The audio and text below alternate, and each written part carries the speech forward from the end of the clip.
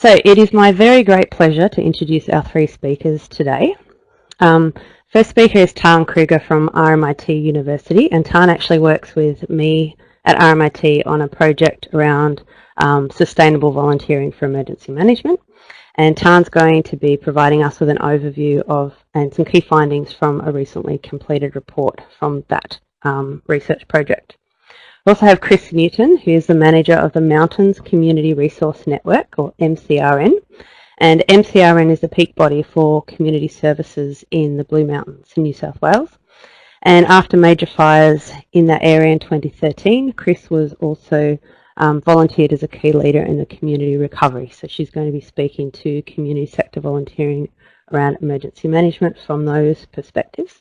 And our third speaker is Georgina Goodrich from the South Australian Department of Human Services, and more specifically from the State Recovery Office there. So she's involved in managing needs of impacted community members after major emergencies and disasters at a state level.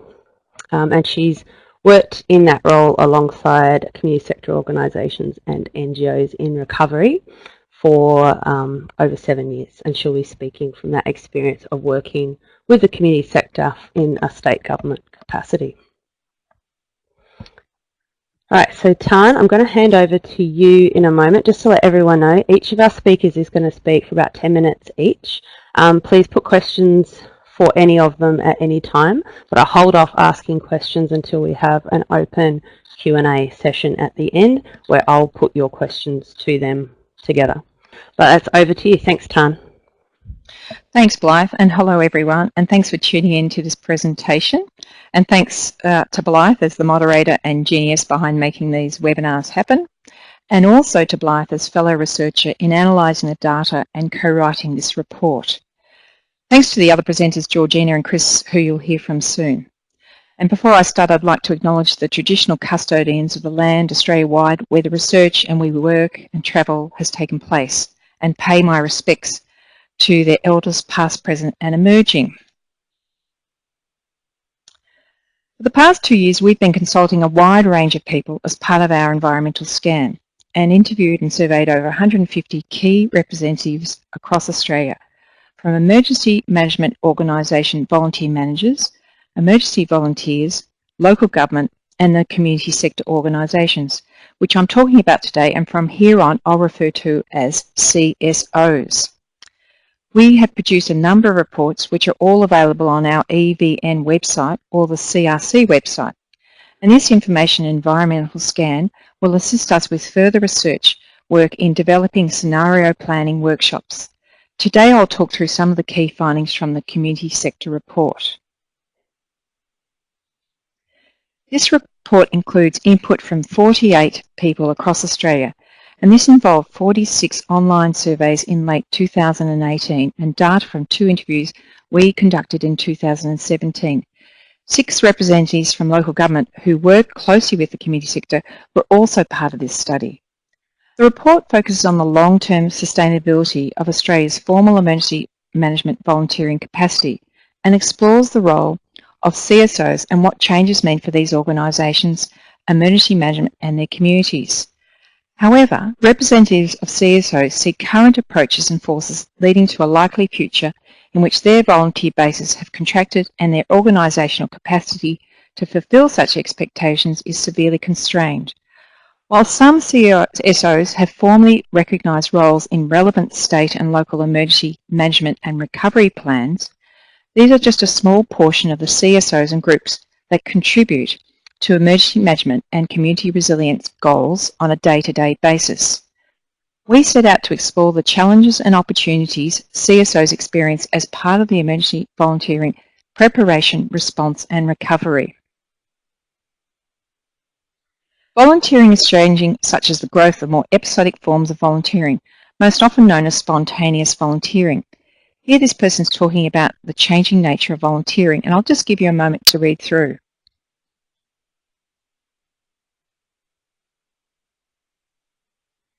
And change is also about the fact that communities are changing too.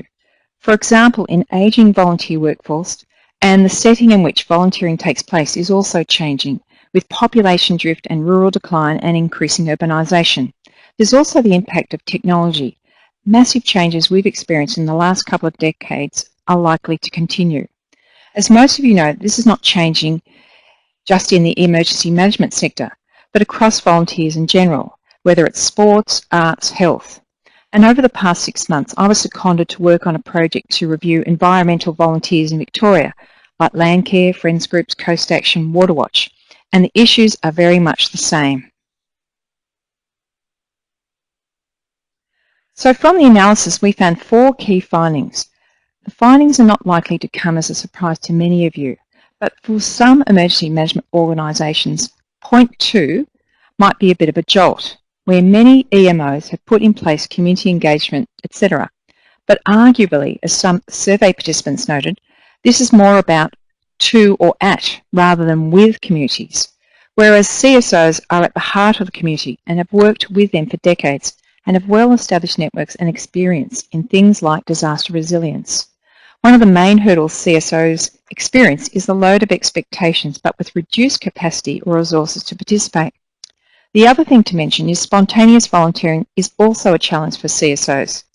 And in an era of police checks and working with children, the need to ensure people are safely supported, particularly the disadvantaged and vulnerable, is of ongoing importance. The implications identified from the findings included these 6 main points. Many community sector participants flagged a need for more equitably distributed funding for emergency management that reflects the significant contribution of volunteer involving CSOs, whose contributions are often overlooked or unsupported. The current volunteering models and approaches are broadly seen to be unsustainable over time. Without change, most participants envisaged a serious shortage of volunteers, leading to mounting expectations on government to deliver emergency management services.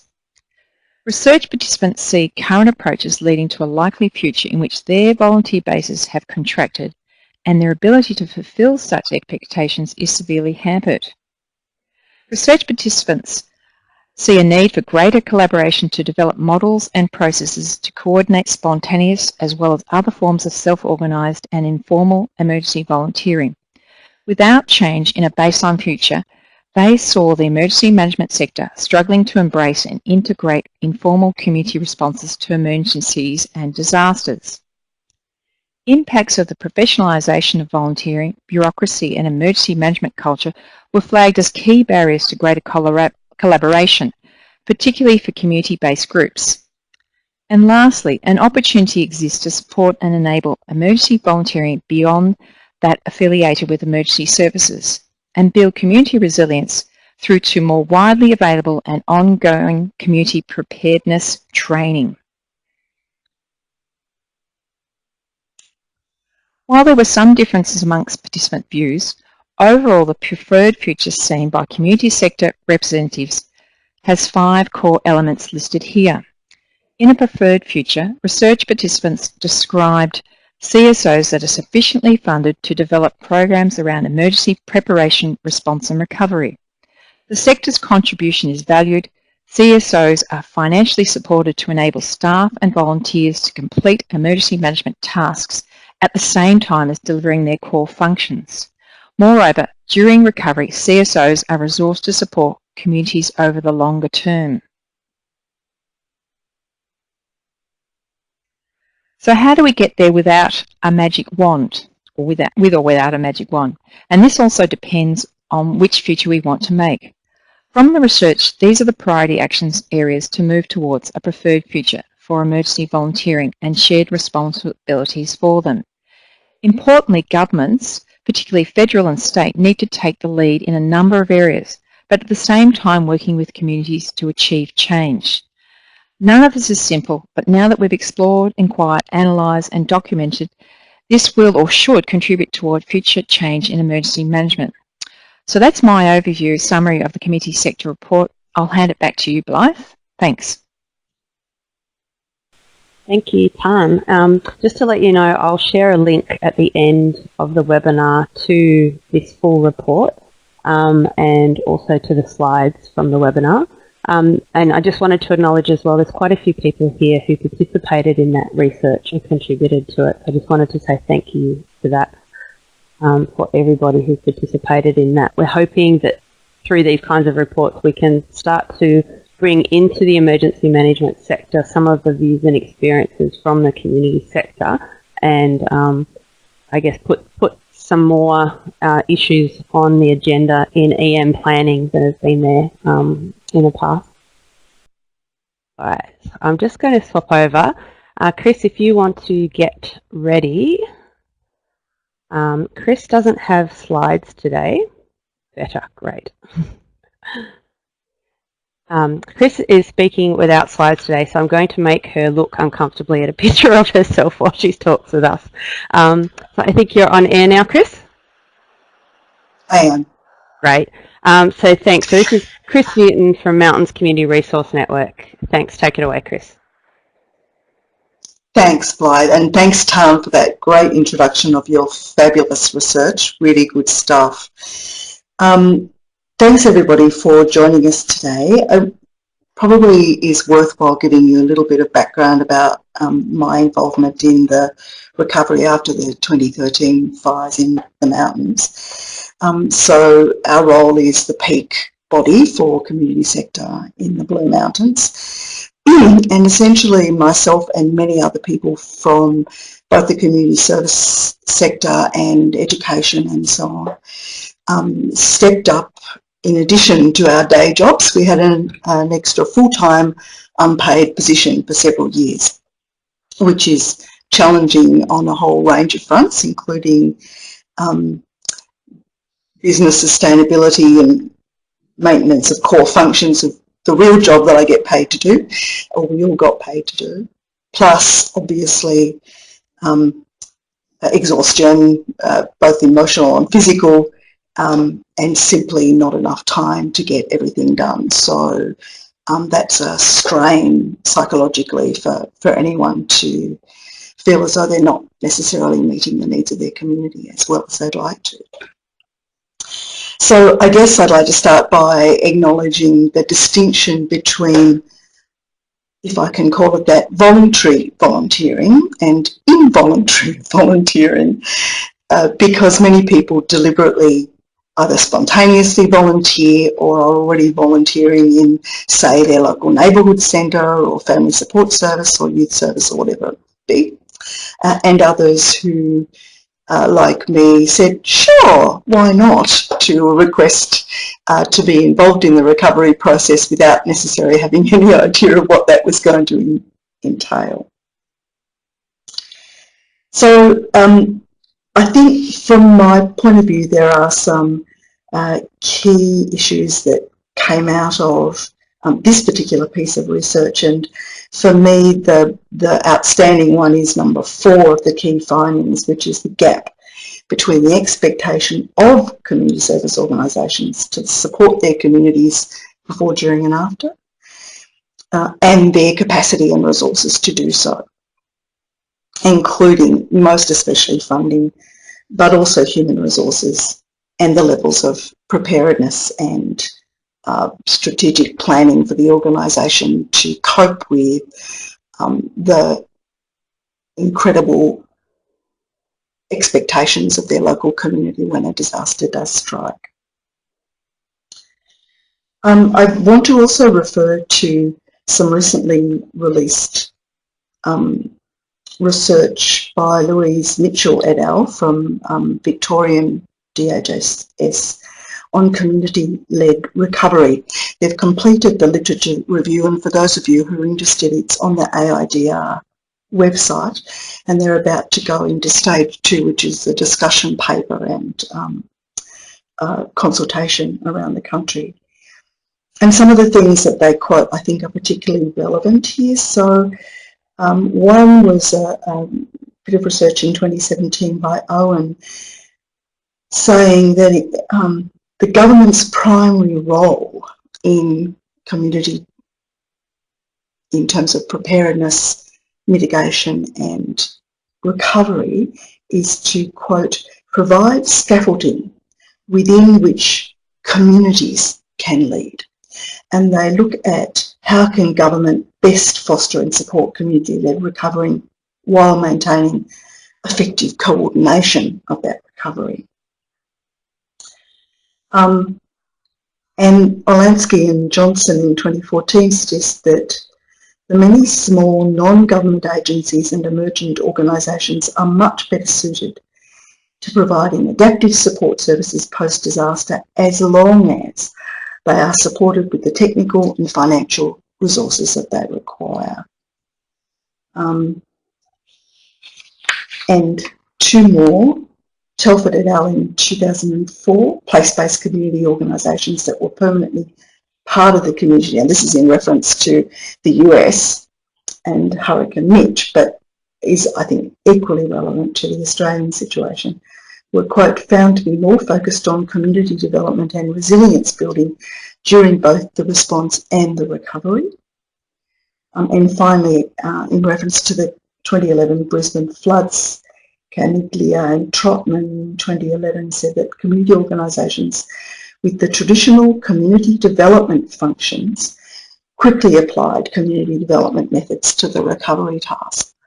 And I think there's some important lessons in all of that for us in terms of community preparedness and recovery. And they are that community engagement, community development are not the core skills of government agencies, whether they're emergency management sector or normal government agencies, nor is penetration into and trust from the community itself. They are, however, core skills and requirements of the community service organisations. And I think those differences need to be firstly acknowledged by the emergency management sector in particular, and then resourced and supported to allow for the community development organisations, community sectors organisations to do their job effectively. So the core theme of what I want to say to you today is essentially that shared responsibility is a fine mantra, and it's a bit difficult to argue with, like apple pie and motherhood, but it needs to go hand in hand with shared resourcing. So some of those elements include the opportunity for financially strapped, and we all are, community service organisations and informal community groups to, where someone is doing a day job, to backfill that day job or to hire somebody else to do the recovery or preparedness job, if that's what's required, to get reimbursement for out-of-pocket expenses, because business as usual maintaining core function can be an expensive item if your meeting room turns into an informal recovery centre, which is what happens at lots of neighbourhood centres and community service organisations, then your business as usual activities require you to go hire a hall somewhere else to do that. So there will be out-of-pocket expenses. I know from various ones around New South Wales that that's likely to be in the vicinity of $40,000 to $50,000 a year, and there is no current capacity to claim from anyone for those out-of-pocket expenses. Additional people may well be required, whether they're volunteers or paid.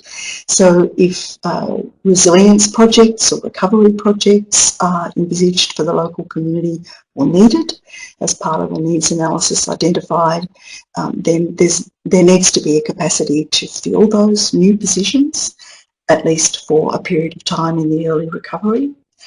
There needs to be a flexible community projects grants scheme or something similar, so that the community itself and community groups as well as the CSOs can apply for, obviously needs an approval panel and some governance structure around that, but they can apply for funds to do community projects which meet the identified needs.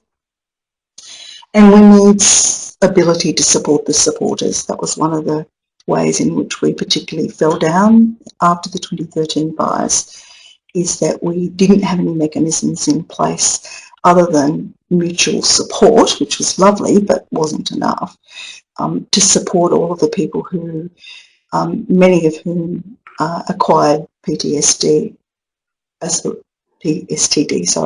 as a result of numerous exposures to vicarious trauma, essentially, and that is an issue that's not taken into account. So I think I'll leave it there, and we'll move on. Great, thank you, Chris.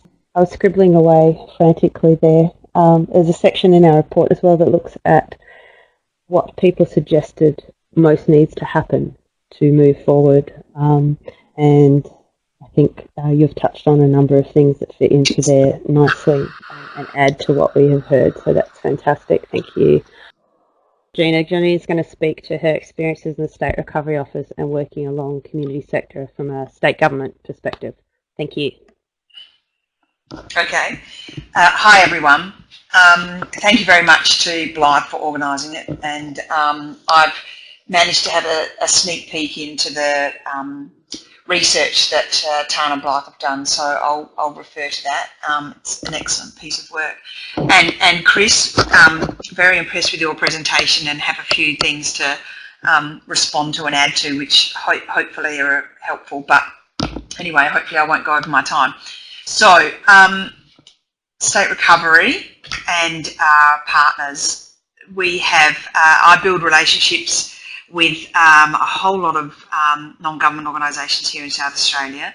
I do a forum twice a year, and in between that I regularly send articles of interest and funding opportunities, invitations to be panel speakers, etc. So there's a lot of interaction between our office or state government and the non-government organisations in peacetime, I suppose you could say. We don't have formal MOUs, we used to, but it's more a gentleman's agreement, I suppose you could say, and there's a lot of trust and goodwill between our organisation and those organisations, and I know that I could ring any of those, a fair number of them at 3 o'clock in the morning and let them know that, there's something happening and be available to activate maybe in, a week, 2 weeks or something like that, or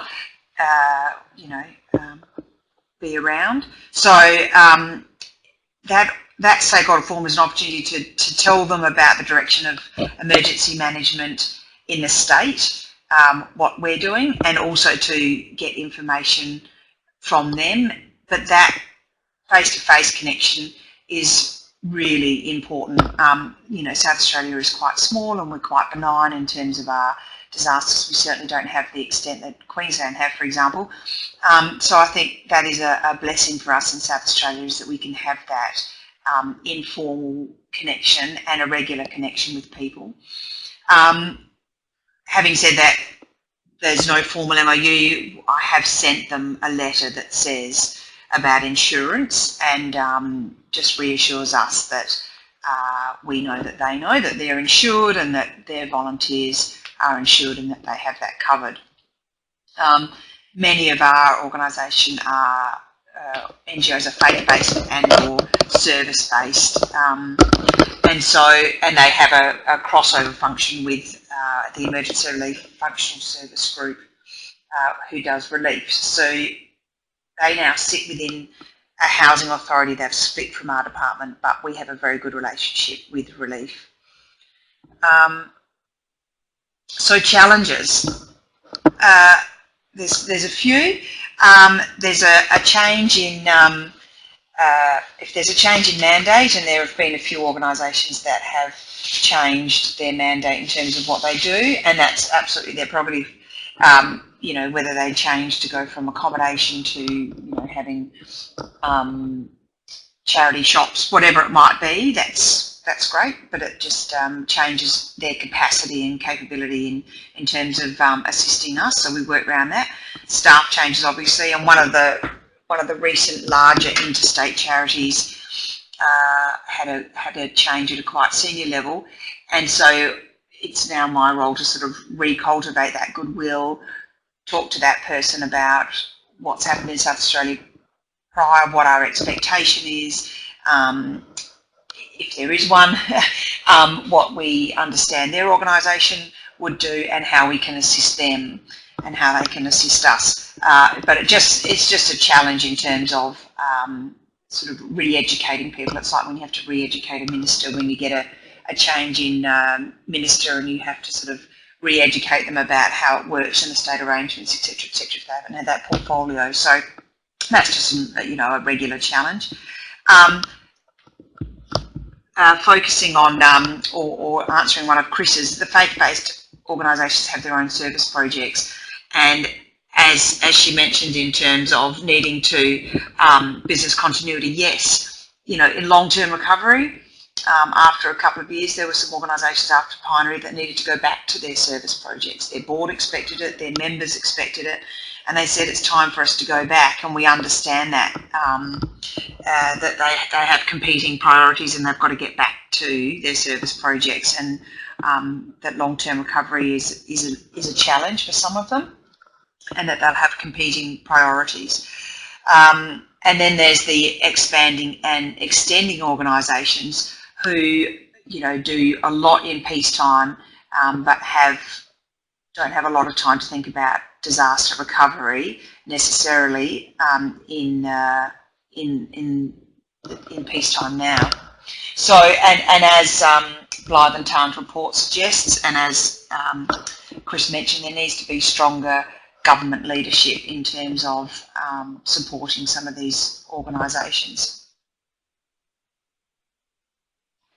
So gaps, regional reach, we've recently done some capability mapping here in South Australia, and this is being explored. It's one of our gaps is, we're a bit city-centric.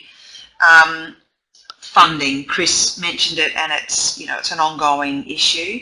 Managing volunteers isn't free. We understand that there are supervision costs, there's PPE, there's petrol, there's training in peacetime, there's recruitment, there's keeping them interested, etc. So I have explored the possibility of event funding to assist non-government organisations and to organise reimbursement. I think one of the challenges that goes with funding is that South Australia, or lots of people, need to reach certain thresholds in order to get national funding through the Cat A, Cat B, Cat C. So we need to. It's a double-edged sword. But I've organised something at this end. Hopefully that will help the non-government organisations in the next event. And then onboarding in an event. Legislation and process can inhibit quick onboarding. I know in other states, like in Queensland, they pre-register their volunteers, but there aren't enough events in South Australia to warrant this approach, so we deal with it at the time, and we have Volunteering SANT who are fabulous, who manage that process for us. Again, it can lead to emerging groups because social media works faster than state government. But we celebrate community involvement. We understand that private citizens will do that, but they can take greater risks than government. Checks aren't required, etc. But there's an expectation that government will lead by an example, and we aim for best practice, but we acknowledge that this can sometimes be slow and costly, but it's just one of the things that government is responsible for. So in terms of opportunities, the word parkour is there. I'm not sure if everyone's heard of parkour. This is really an example, but it means any youth-based organisation. So parkour is a group of young people that do physical activity, and they jump from building to building. You might have seen it in movies. I attempted to establish a relationship with this group a few years ago, and good on them. They said, we don't want to exist in your existing structure. We don't want to fit in on that. I said, I've got an email list, and I'll invite you to my twice a year forums. And they said, no, just contact us when you need us. Honestly, we'll get 20 people organised. We'll have them ready. So I need to reconnect with them in the future, and I think it's important to think outside the box and look at organisations like this in terms of disaster recovery, but acknowledge that they're not going to fit in the normal processes and that they might just be available at the time. Blending existing organisations. So recently through that scan I just mentioned of capability, one organisation with similar cultural values and remit had nothing to do with another, and they were actually literally blocks from each other. And I just see an opportunity for one to offer work within their service projects to another, and also transport and resources. If they don't want to do their service projects, that's fine, but if they have the time and the willingness, blend now and talk amongst yourselves now. So that's a really good opportunity that I've seen in terms of building capability between NGOs. The other one is technology. There's a couple of organisations that have excellent drone capacity and impact assessment capability, which we're looking into.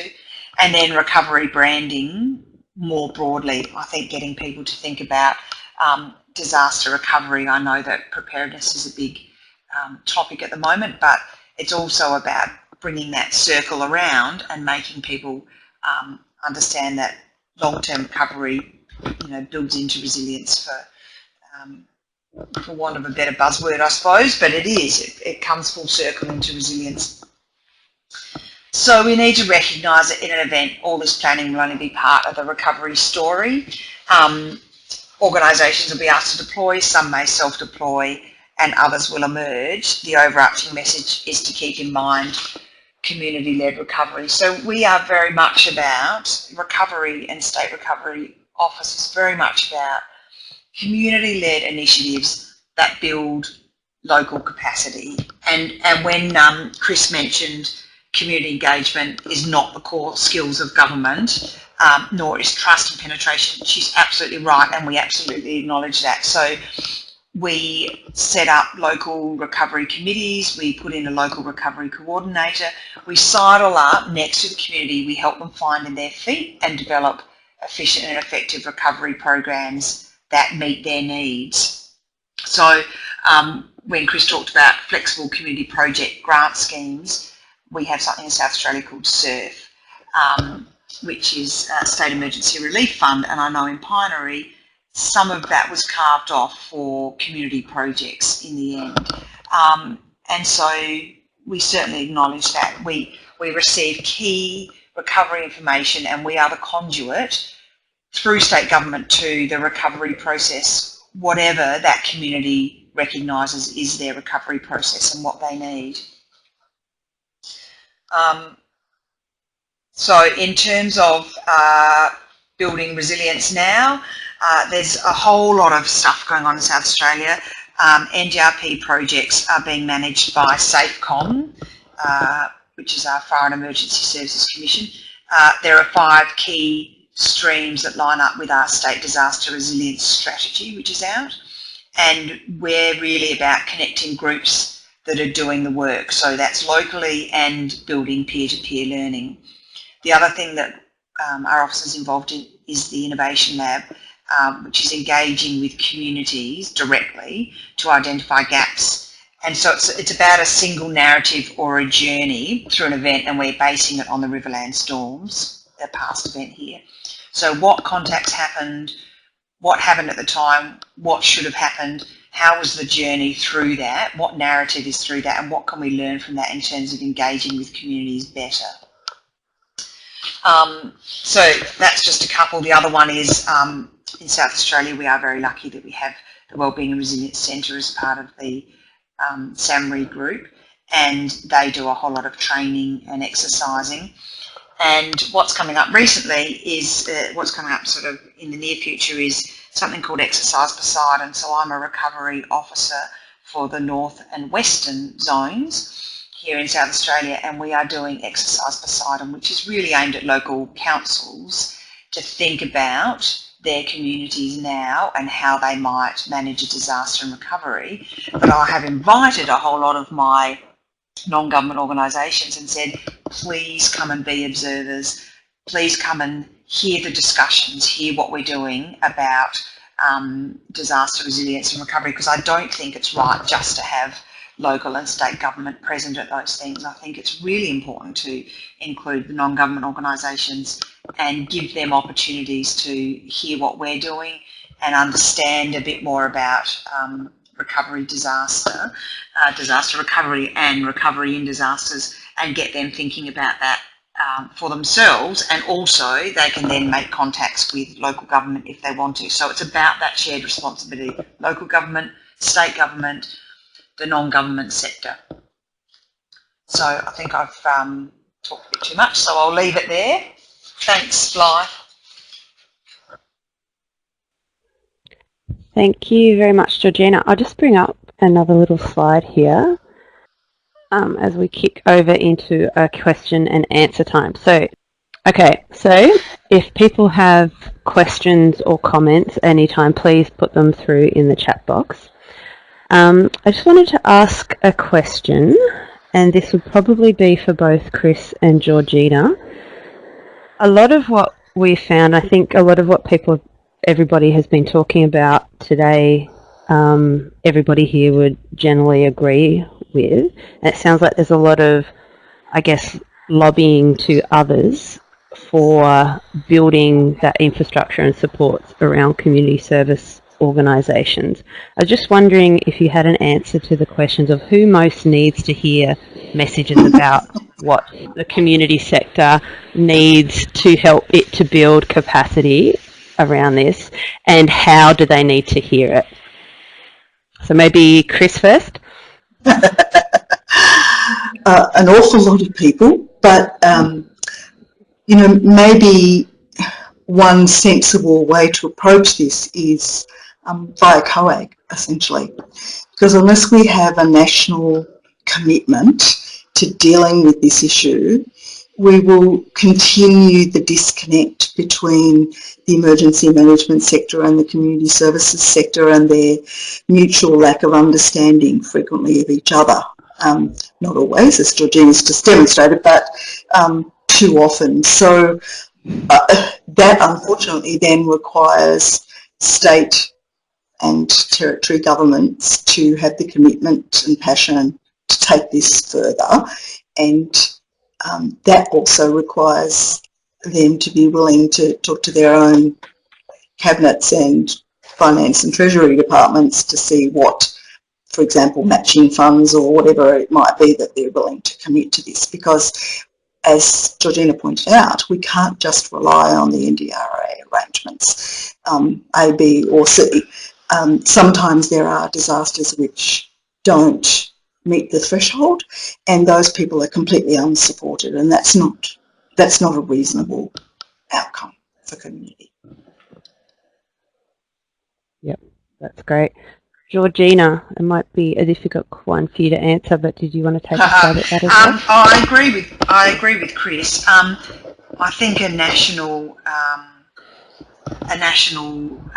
perspective and push would be good. There's the social recovery reference group. There's a whole lot of groups at the moment that are sort of skirting around the edges, I suppose.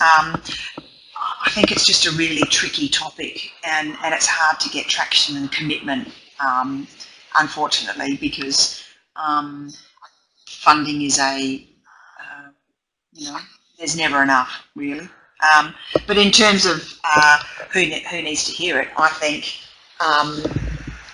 it does need to go right up to the national level, and I'm certainly pushing that when I'm speaking to interstate colleagues or the higher level reference groups, and if we can all keep saying it, then it might get some traction.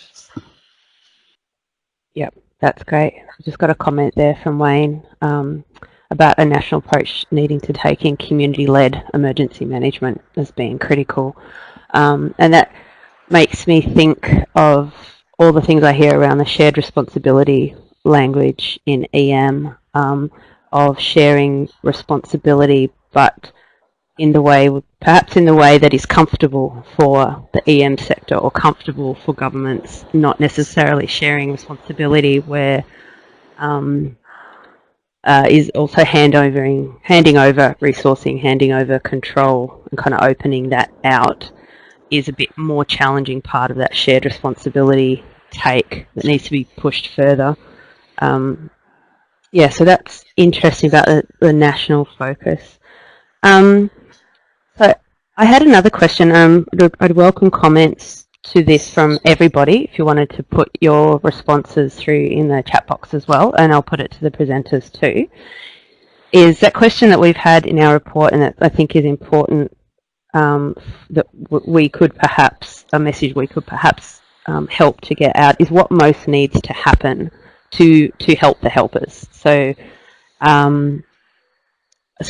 there's a few things that you guys have mentioned, like the Flexible Community Projects Grant Scheme and lobbying and taking things up to national level for a national position. Are there other suggestions for actions or developments or directions that most need to happen to provide better support for community sector organisations, and I guess who needs to do those?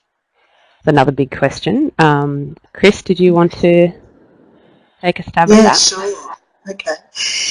So, I mean, I think there's some really obvious ones, but some of them maybe not so obvious ones from my perspective are a training for the emergency management sector, both the formal and the volunteer.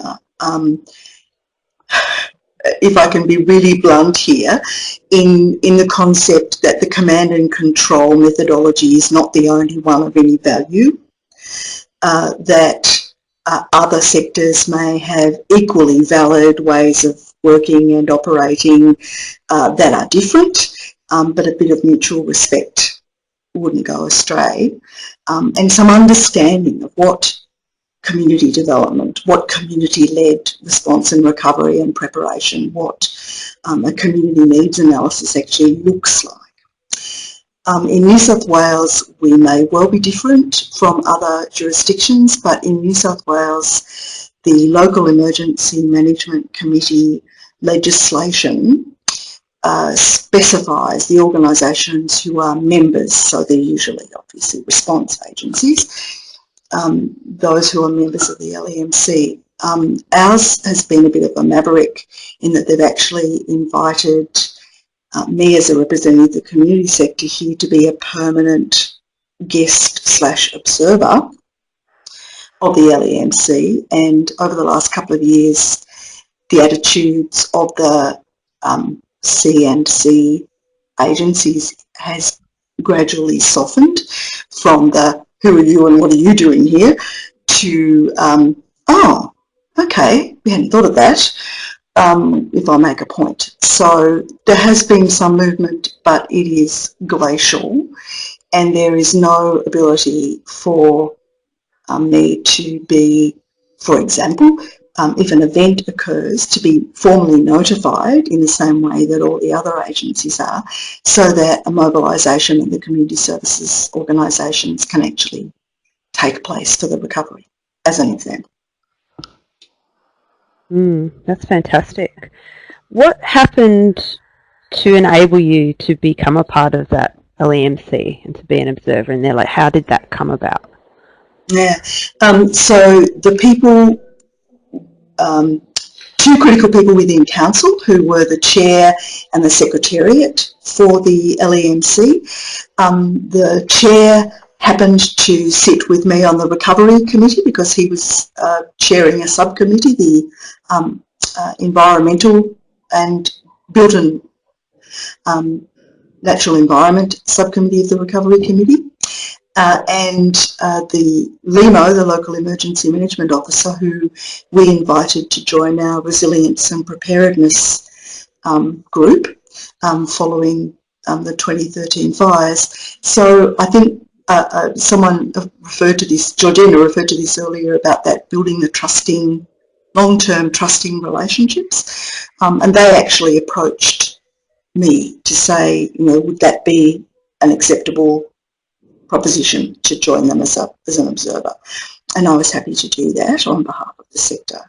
But yes, building those trusting long-term relationships at the local level are integral and absolutely critical to this whole process of mutual understanding, really. Yep. That's fantastic. I just wanted to read a couple of comments coming through here, just so I can keep them for the recording as well as for people who are participating here. So answers from others to that question. One there from Wayne about helping communities to organise and providing support to communities to organise. And other comments here, so from Bridget, funding certainty and flexibility, funding certainty and flexibility in funding, role responsibility and induction, training and supervision all being critical to ensure the sector is able to offer meaningful and effective support to local individuals, families and organisations. And from Stuart, community organisations also need training to build their own resilience and the resilience of their clients. So more promotion and training in the use of the ACOS Resilient Community Organisations online resources are useful, to which Bridget agreed wholeheartedly. And then I had a question, I've just got to go back and find it, sorry.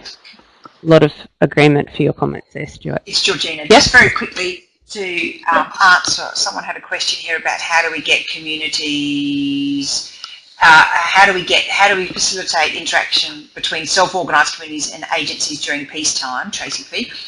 Just to answer that one, there were two disparate communities, one called Owen and one called Scott Creek, after Pinery Fire, that decided they would mobilise, write their own recovery plan, get trailers, get organised, and our office, State Recovery, worked with both of those communities, and then we brought them together and got them talking to each other about their recovery plans and ideas, and we got a speaker from Queensland in to talk to them, and it's just gone gangbusters, and they are still doing a whole lot of stuff, and they're only tiny communities, you know, comparatively, in South Australia, but they've really taken it on and mobilised it, and they're self-organised and they're doing fantastic things, and we're using them as sort of the, you know, golden lights of self-organised communities that are thinking about recovery now.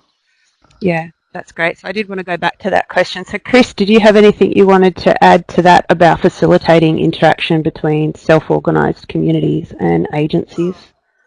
Absolutely critical, and when you go back to the principles of community-led recovery and community-based, asset-based community development, that's exactly in line with all of that. But can I also comment on Heidi's question? Is there any scope for conversation about CSIs to be integrated into AIMS? Again, I'll be really blunt here, folks. My experience from the exercises that we've done with our local emergency management committee is that not even the emergency management sector organisations are actually integrated into AIMS. In fact, it didn't work when we tried it, or they tried it, I should say, and we're still at the, 3 copies, press hard, paper copy version, and writing up on whiteboards on the side of the room. Yep. Georgina, did you want to reply to that question about AIMS as well? I wouldn't know the capacity of some of our NGOs to be doing that. I think that would be great. I think it's a bit of a big leap, but if it works for them, yeah, I think that would be useful. But I'm not sure if it's going to be feasible in the near future. Yep. There are some AFAC, so Australian Fire and Emergency Service Council channels through which I could perhaps pose that question, because I would be interested in the answer to that question as well. I know that there's some conversations that have been going around AIMS, around kind of community response and volunteering not directed by them, but hasn't gone very far, I believe, but they're at least having the conversation, so it's maybe something I could touch base on a little bit at the AFAC level. I just wanted a quick one for you, Georgina. So you were talking about the kind of different ways of connecting and not expecting groups like the parkour group to join in on the existing government processes, but thinking outside the box of how to connect differently with groups. And that's something that came strongly through the responses we had in the research that's in the report. Would you have, from a government point of view, any kind of comments for community groups of trying to address some of the barriers or the difficulties for community groups, particularly more local level community groups, of trying to connect with government and government processes? Because I know that's experienced as quite a challenge for a lot of groups. Sure. Yeah, I'm not sure. We are very open to connecting with any community groups that might be willing to think about recovery, resilience, community planning, any of that stuff. It might be easier for them to go through local council, I don't know, through community development officers within their local council, and to start at that local level. It might be a bit daunting or a bit seemingly not achievable to come straight to state government, even though we'd be receptive to it. But yeah, maybe it's through community development officers and starting at that local council level and having a chat with them. But it's really, if they want to have the conversation, then we're more than happy to do that. And in fact, I constantly encourage. I'm in touch with about 20 of them, more. And there are others that pop up. The 4-wheel drive clubs that come out of the woodwork, and we make that connection with them when an event happens. So some of it is about being in time and not knowing who's in the community until something actually happens. So, and they might not know themselves. Getting close to end time, but there's a couple of questions I just thought I'd throw for quick answers to before I wrap up. So first, Bridget, your comment there about feeling like we all have a lot more to share. Perhaps we can all get together at another time to follow the conversation up. If you don't mind, Bridget, I might follow up with you about that, because we do have the registration list for here, and I'd be happy to talk to you about kind of next things we could do to extend conversations a little bit further. Heidi, thanking everyone for comments on the questions about AIMS. Then if not AIMS, are there any frameworks like the LEMCs that could possibly integrate CEOs and EM sector more formally? Did anyone have just a little quick response to that at all?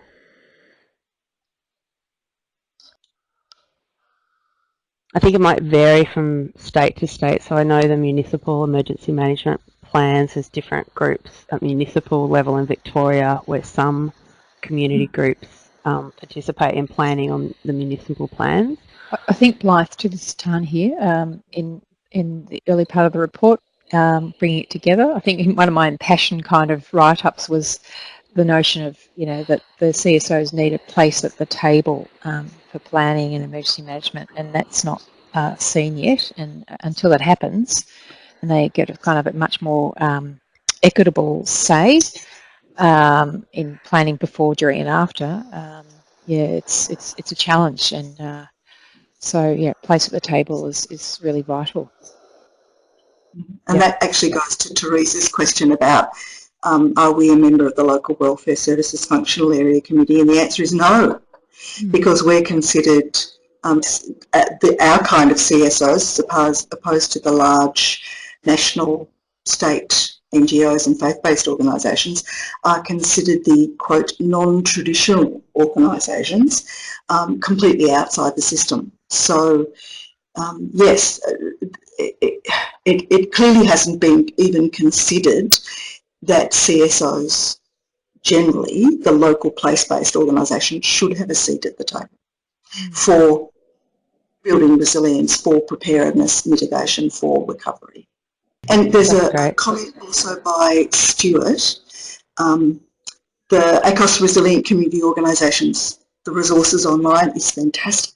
And can I just say that after 2013, our Resilience and Preparedness Group also got a CRIP grant in New South Wales to develop based on all of the experience from the 2013 fires, to develop a really quick and easy set of guidelines and more usefully an editable Word document template for a kind of a mental checklist for organisations to develop their own emergency plan that might be, for example, included in a work health and safety plan, but including business continuity planning as well as planning for an actual response and recovery. So that's all on our website if anyone's interested to download that for free. Yeah.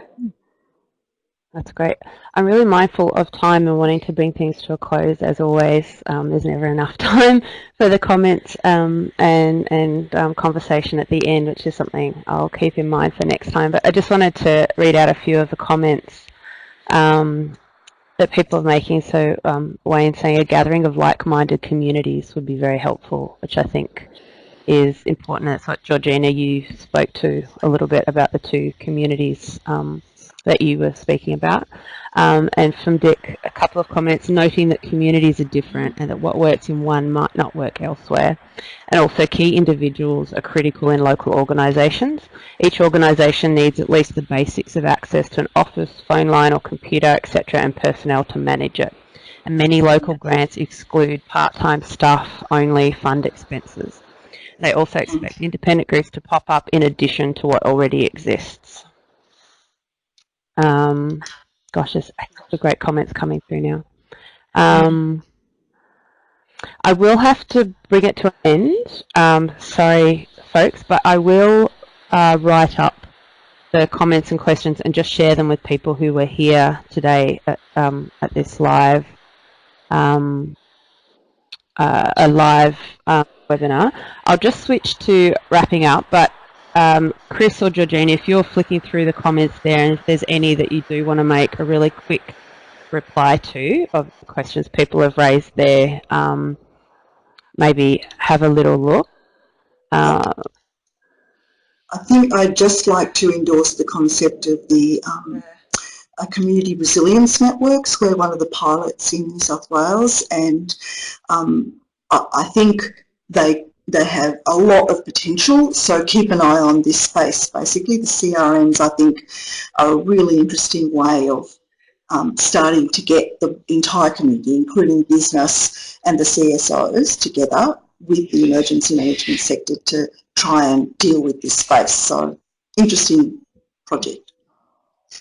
Yep, that's great. That feeds into something I was going to ask people about as well. So in conjunction with us releasing our report and having this webinar, through that emergency volunteering shared learning network through our blog site and we have an online resource sharing space. We want to share some resources specifically about community sector volunteering and emergency management. So I wanted to ask people if you have resources, perhaps like the link that Heidi has shared and some of the information about the Office of Emergency Management projects and those community resilience projects that are happening in New South Wales and other places. We'd be really pleased to share information about them around. Also things like the research that Chris referred to and others will be kind of posting them up and sharing them through our blog site. So if you're not already a member, you're welcome to join what we call the EVN, Emergency Volunteering Shared Learning Network. And also if you have resources that you think other people here at this webinar would be interested in seeing, there's an email address there, emergency.volunteering@rmit.edu.au. You can send them to us there and we'd be happy to share them around amongst people, because I think there's is quite a lot going on in different places that we can bring together a little bit. So that's fantastic. So that brings us to an end. I know we've gone a little bit over time, but I hate cutting things off. I'm just going to pop up a little survey for people to give us some feedback, and there's a box there for you to put comments on about anything, any comments you have about the topic or final comments you have about the discussion today. Just be aware you'll need to scroll down to get to the end of that survey and hit a submit button. That's there. So that brings us to the end. I just wanted to say a huge thank you to our three speakers, Tan, Chris and Georgina, for being so generous and open with their time and their expertise and experience today. I will follow up Bridget, and there's been a few people saying they're happy to talk offline in more detail about ways to follow that up, because I think that's really valuable. I also wanted to acknowledge Bridget Tian from Victorian Council of Social Services, who provided a really great forward for that report. So I will share out all the links that I have on this page. I will share with you and with a recording of this webinar when that's available, so you'll get that from me via an email. But also always happy to hear comments and receive resources to share, etc. via that email address. So thank you again to Tan, Chris and Georgina. It's been fantastic, and thank you everybody for joining us today.